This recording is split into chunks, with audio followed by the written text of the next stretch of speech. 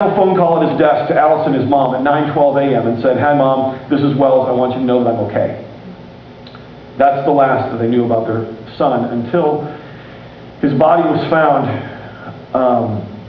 intact with no signs of burns, alongside firefighters and emergency workers that were running the command center in the South Towers lobby.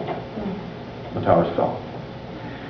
Judy was working for an insurance firm on the 103rd floor, and when the plane crashed into the other tower, unlike what they told everyone to do, she jumped on an elevator and started going down. Ling was on the 86th floor, and she as well took the elevator down to the 78th floor sky lobby, waiting to board an express elevator to get all the way down. When the plane tore through that floor, sending a rush of flames and debris that knocked her to the ground. When she got up and cleared the blood off of her glasses, her blood off of her glasses, she saw that almost everybody was dead and there were just a few survivors in the room. And that's when Wells popped onto the floor and said, "Come on, get down the stairwell." He was carrying a woman on his back, and he led Ling Young 15 floors down to where she could get more assistance and headed back up. When he went back up is when he found the other group, Young's group. And again, once again, got their attention, pulled them down to safety, and that's the last that they saw of them. There's something powerful when someone chooses you. There's something powerful when somebody says, "You, come with me." There's something that resonates within us, and when that call is the call of life, that says, "Come follow me, I'm giving you life," and you find out that that man has given his life for you, it changes you, and they were changed.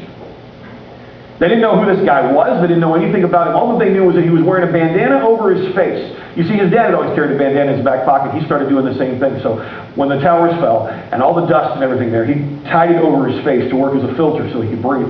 And so all they could see was this much of his face. You can imagine his face with a bandana over it.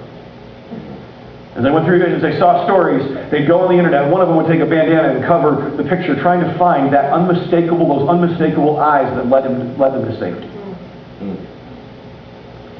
As they were recovering from their physical injuries, they finally started finding stories and saw pictures and were able to corroborate stories, and they found his parents and were able to tell them their story, and they were united as two women who were just a few minutes and a few floors apart who were saved by the same guy. There's something powerful when you're chosen.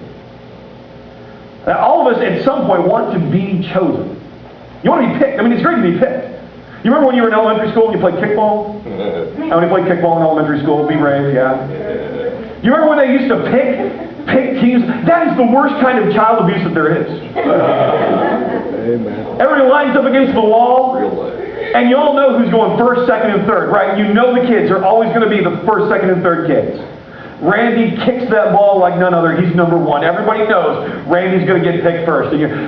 But you're the guy, and you're right there in the middle, a little to the left, but you know you're getting picked last, because you're always picked last.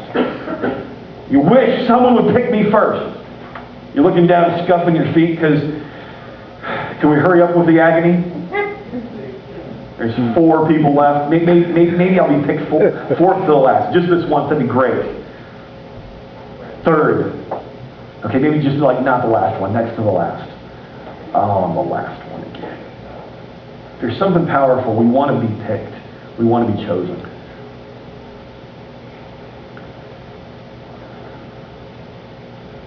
Do you remember when that pretty girl chose you guys? Yeah, I was pretty happy. Broken up with my girlfriend, but dated for a while in high school. There was this girl at my church. She was pretty attractive. I think I kind of asked her out more as kind of a vengeance date than anything else, you know.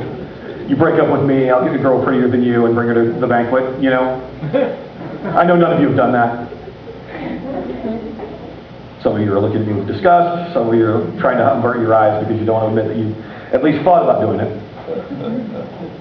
And she picked me. She went with me. That was great. There's something powerful about being picked. And when we're not picked, it kind of hurts. When I was on the road with the Extreme team, one of the biggest challenges I had was picking the team every year. Hiring a team. If any of you have done hiring at all, you know that this is a frustrating process. Hiring is horrible, challenging.